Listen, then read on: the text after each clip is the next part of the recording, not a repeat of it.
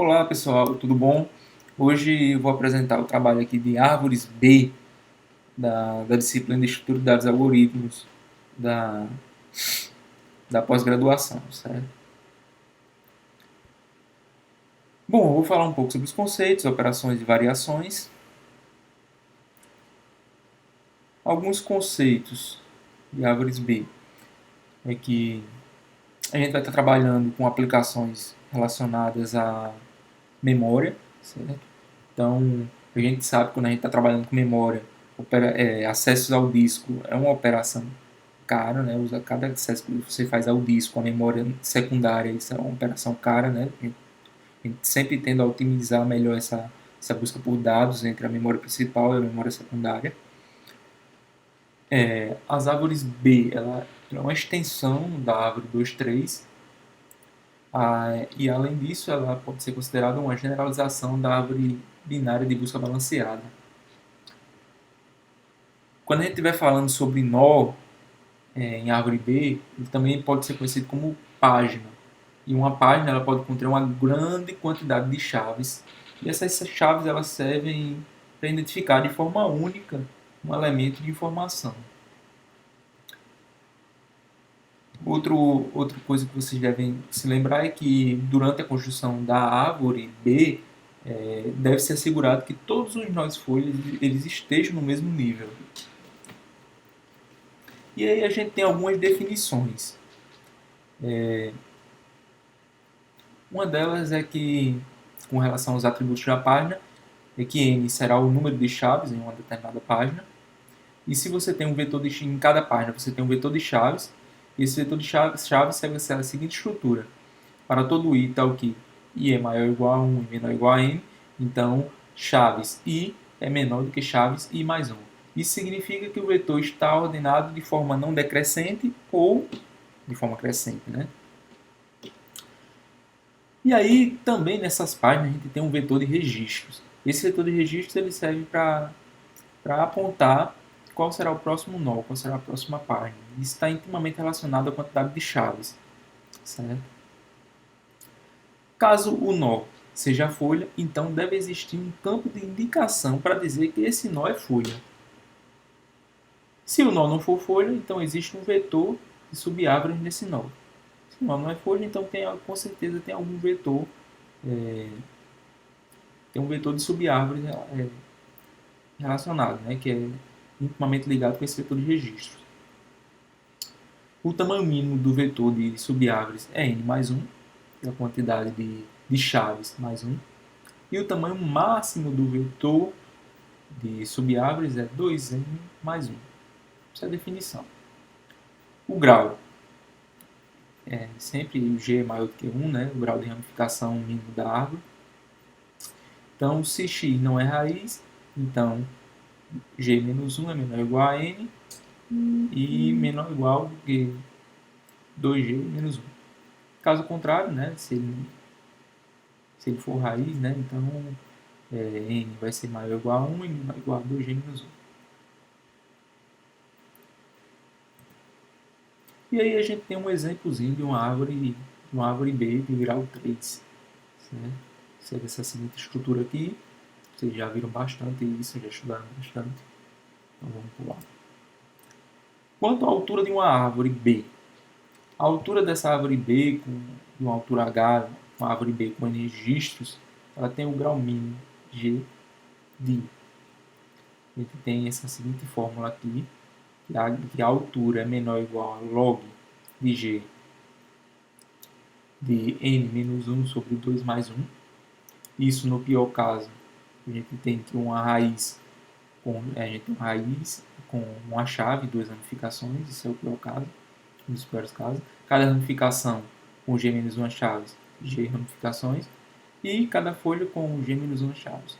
A gente tem aqui um exemplozinho visual, né? Cada nível, no nível 1 a gente tem uma página, no nível 2 a gente tem duas páginas, no nível 3 a gente tem duas G páginas, e no nível H a gente tem 2G, que é um Hzinho, menos 2 páginas.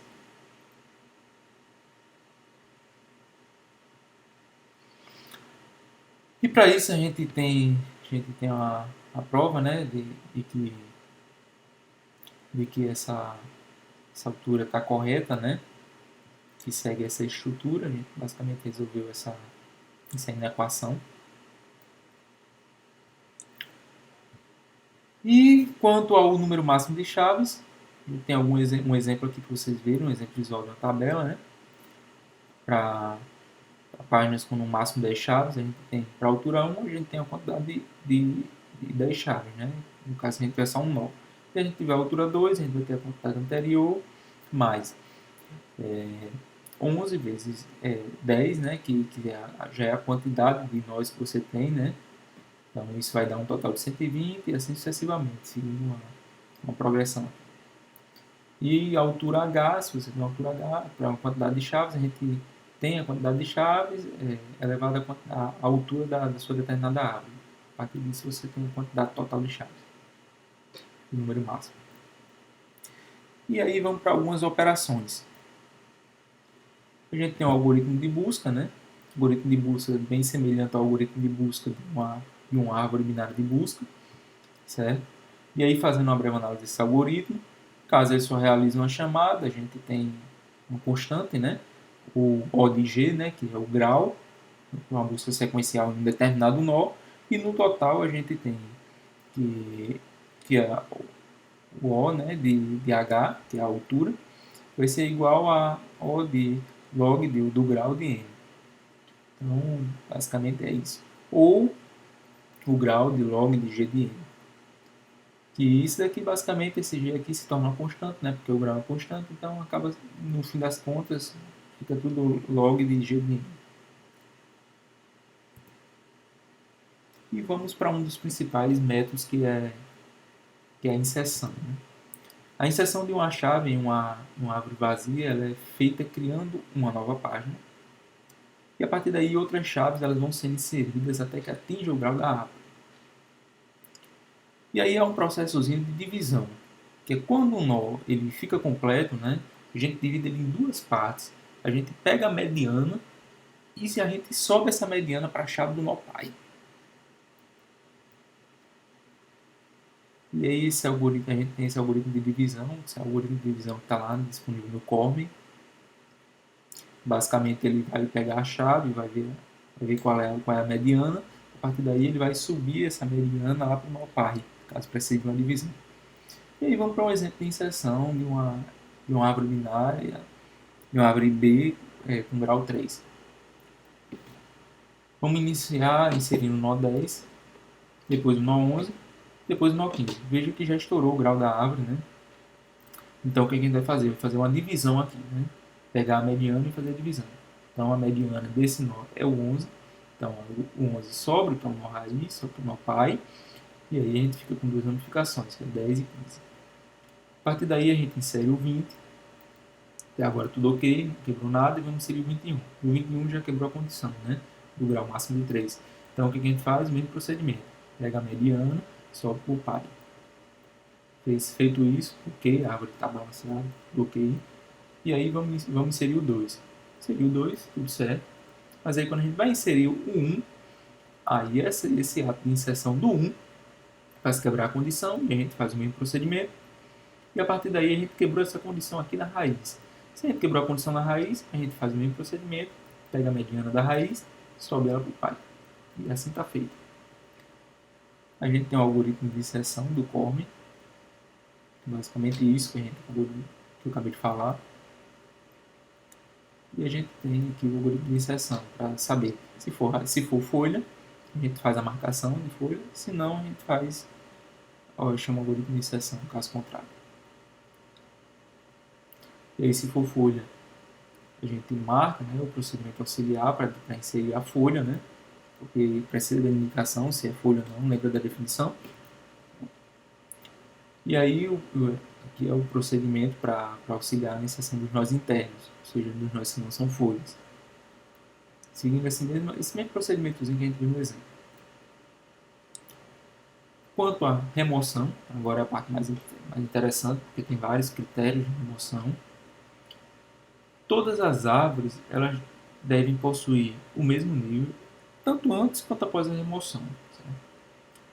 Caso uma página ela tenha G-1 chaves, Então realiza-se uma fusão com a página vizinha. Esse procedimento de fusão basicamente é pegar duas páginas vizinhas, descer o que está no meio e unir as duas. Então, seja duas páginas vizinhas A e C de uma página P, ou G- uma chave, e seja B uma chave entre A e C, então as chaves A e B junto com a chave C formam um novo nó. Que é, a gente tem aqui o exemplo, a página P, né? A gente tem a página A e a gente tem a página C, a gente tem uma chave B lá na página P. Então, após realizar esse procedimento, a gente desce o B, e a partir daí a gente une as páginas A e a página C, tornando só uma. Quanto à remoção ainda, a gente tem o primeiro caso, caso a raiz fique sem chaves ou tiver filhos, então um deles se torna a raiz, quando a gente for remover, né? Caso X pertença ao conjunto de chaves de uma página e essa página seja folha, então X é eliminado. Caso X pertença ao conjunto de chaves de uma página e essa página não é folha, então, se o filho F da página tem pelo menos G chave, então, logo deve-se achar o predecessor de F, remover recursivamente esse predecessor e substituir X pelo predecessor na página. Caso contrário, se você tem um filho F' e ele sucede X na página, e esse F' tem pelo menos G chaves, então a gente tem que achar o sucessor de F', remover recursivamente esse sucessor e substituir F' pelo sucessor na página. Caso contrário, se o número de chaves de F e F' forem iguais a menos 1, então a gente tem que F e F' eles são fundidos em F com a chave mediana em X, e X e F' são eliminados da página e F passa a ter 2G-1 chaves, e com isso libera-se o nó F' e remove recursivamente X e F. E aí, se X não pertencer ao conjunto de chaves da página, a gente tem que determinar a subárvore Y, que pode conter X. Se o número de chaves em Y for maior do que o do par, então a gente remove X de Y. E se o número de chaves de Y for igual a G-1, a gente tem que o vizinho Z, com um número de páginas maior do que G, então a gente desloca uma chave e um filho da página para Y, a gente desloca também uma chave e um filho de Z para a página pai e remove recursivamente X de Y. E aí, com tanta definição, tanta coisa, é melhor a gente ver isso aí visualmente, né? Para remover a chave, a gente tem essa árvore B aqui. Para remover a chave 0, como está na folha, a gente simplesmente remove ela, não tem nenhum prejuízo. E aí depois, ela fica assim, né? A árvore não mexeu basicamente muito na estrutura dela. Mas aí, se a gente for remover a chave 4, a gente vê que a chave 4 está aqui. Ela é uma folha, mas ela está sozinha, não tem nenhum outro elemento.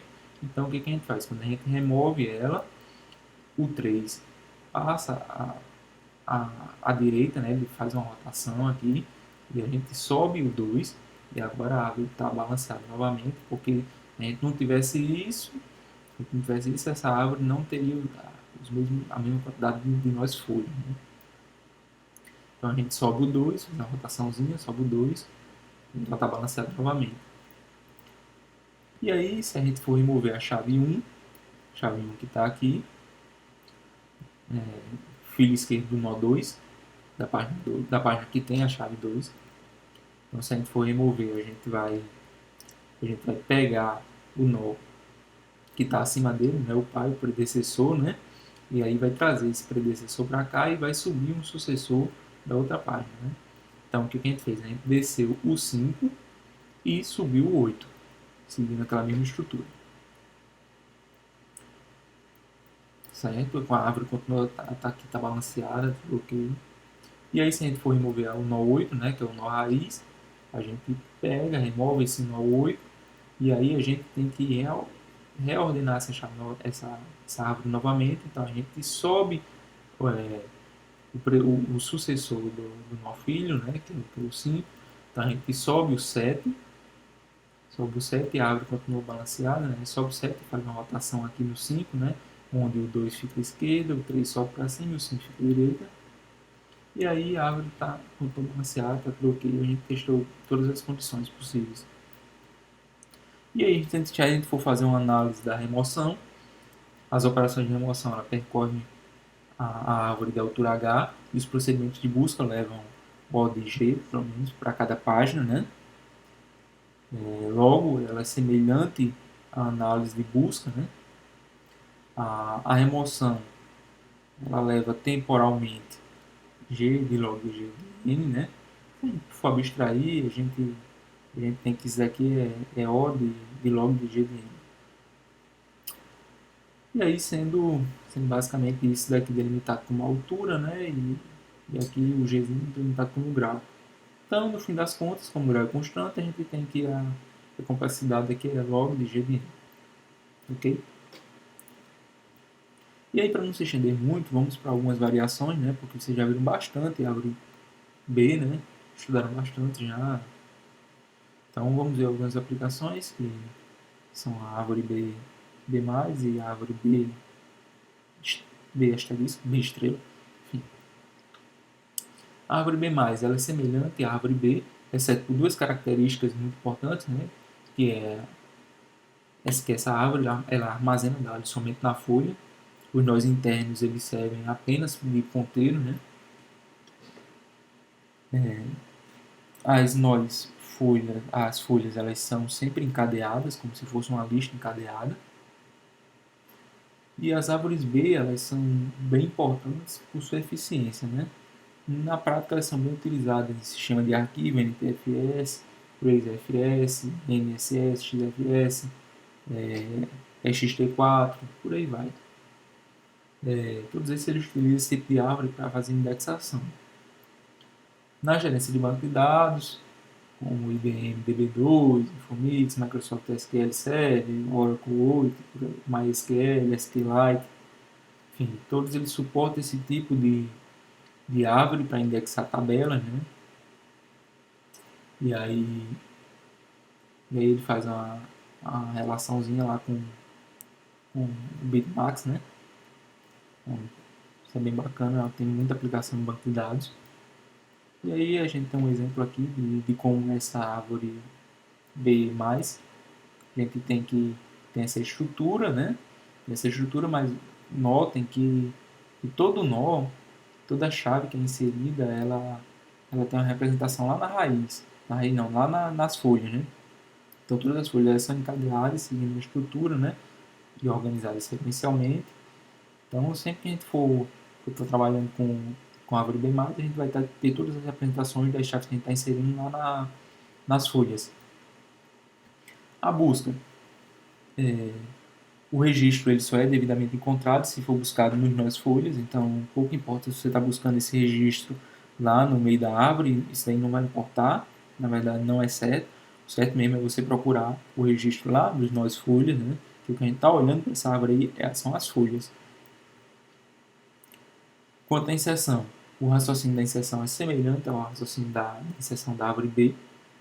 A observação é que para a página pai sobe somente a chave, né? O registro ele fica na folha, quando a gente está particionando uma folha. E se não for folha, o procedimento é o mesmo, não muda nada. A exclusão, isso é um ponto importante de se lembrar na árvore B+, é que exclui somente o nó folha.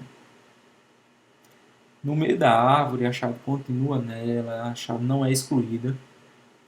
E aí, se a concatenação ocorrer na folha, a chave do nó pai não desce para o nó concatenado, pois ele não carrega dados com ele. Ele é simplesmente apagado. Né? Você apagou da folha, só simplesmente apaga. Se a concatenação ela ocorrer no nó interno, aí você usa a mesma lógica da árvore B. Concatenação da árvore B. A gente tem outra aplicaçãozinha que é a árvore B+, B estrela. Essa árvore B estrela é uma variação também da árvore B, com a restrição de que todos os nós, exceto a raiz, eles precisam estar 2/3 cheios, pelo menos, diferente da árvore B, né, que existe pelo menos metade, né? Para manter essa propriedade, os nós eles não são particionados logo que ficam cheios, né? Ao invés disso, suas chaves elas são compartilhadas com o nó vizinho até que ambos eles fiquem cheios. Nesse ponto, os dois nós são divididos em três nós. Essa árvore aqui, essas árvores B estrela, ela tem pouca aplicação, né? Pouco uso, né, dela. Ela é pouco usada, diferente da árvore B+, né, que é bastante utilizada. E aí, quando a gente está falando em aplicações, a gente tem a aplicação da árvore B+, no NTFS, já falamos lá atrás. A raiz índice de um diretório ela contém o nível topo da árvore B+. E se a gente tem um diretório grande, esse nível topo ele contém ponteiros para extensão de disco que mantém o resto da árvore. E cada entrada no diretório contém o nome e a referência do arquivo, assim como uma cópia do marcador de tempo de atualizações do tamanho do arquivo, extraído dos atributos do arquivo residente do MFT. Aqui é a organização do NTFS lá no Windows. Né? O NTFS usa esse tipo de organização e alguns outros sistemas de arquivo, como o XT4, que são bem parecidos, eles também utilizam essa mesma ideia da raiz índice e tudo mais. Mas uma aplicação bem interessante, que talvez seja mais importante para esse nosso trabalho, é a árvore B virtual. A gente, contextualizando o problema, a gente quer encontrar um modo para usar índices que são demasiadamente grandes para serem armazenados em uma RAM. A gente quer utilizar, a gente sabe que a RAM ela é uma memória, resumida, né? Ela é uma memória pequena. Então, como é que a gente vai utilizar dados muito grandes nessa memória RAM? A gente tem que procurar formas de particionar esses dados e utilizá-los da melhor forma possível. Então, a meta é encontrar uma maneira de diminuir o número médio de acessos ao HD para a pesquisa. Porque uma vez que a gente tem a memória RAM, a gente tem uma memória RAM pequena, então a gente precisa estar utilizando o HD, uma memória maior, né, a memória secundária, para ficar trocando informações, né, e armazenar grande quantidade de dados. E aí, como exemplo, você toma um índice que ocupa 1 megabyte de memória. Então, existe apenas disponíveis apenas 256 KB de RAM. E uma página ela ocupa 3 KB com 64 chaves. Então, esse índice aí ele pode ser armazenado numa árvore B totalmente contida em 3 níveis, se você parar para calcular as coisas. Logo, vai ser possível atingir qualquer página e no máximo 3 acessos. Certo? Você pode dividir em 3 níveis, então você pode acessar qualquer página e no máximo 3 acessos. Quando você está pensando na árvore B. Então, o que a gente faz? A gente mantém a raiz na memória principal e com isso ainda deixa espaço de sobra lá na memória RAM e aí diminui a quantidade de acesso ao disco em 1 no pior caso. Certo? Uma vez que você tem a raiz lá na memória RAM, então a quantidade de acessos à memória secundária vai diminuir pelo menos 1.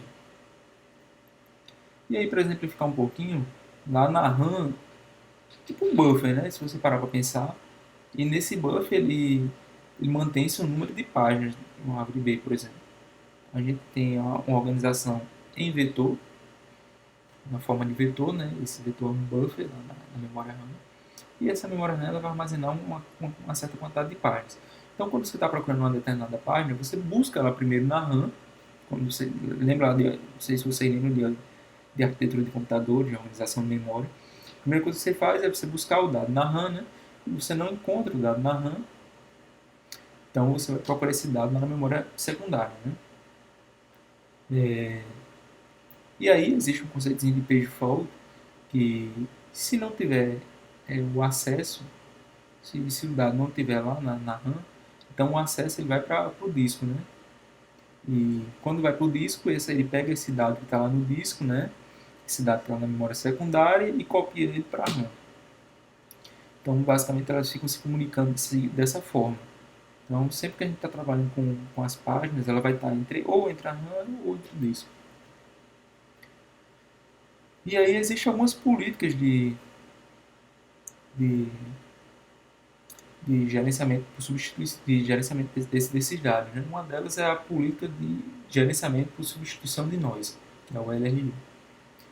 O que ele faz? Se o nó não está na RAM e a RAM está cheia, né?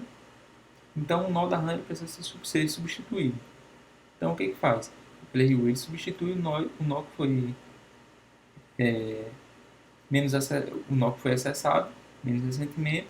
Então, ele pega esse nó, demorou a ser acessado, por exemplo, faz muito tempo que ele não está acessando. Então ele tira esse nó lá da memória principal, joga ele para outra e pega o dado da página que está lá na memória secundária e joga para a memória principal. Então, esse ato de ficar trocando informações, ele é conhecido como paginação.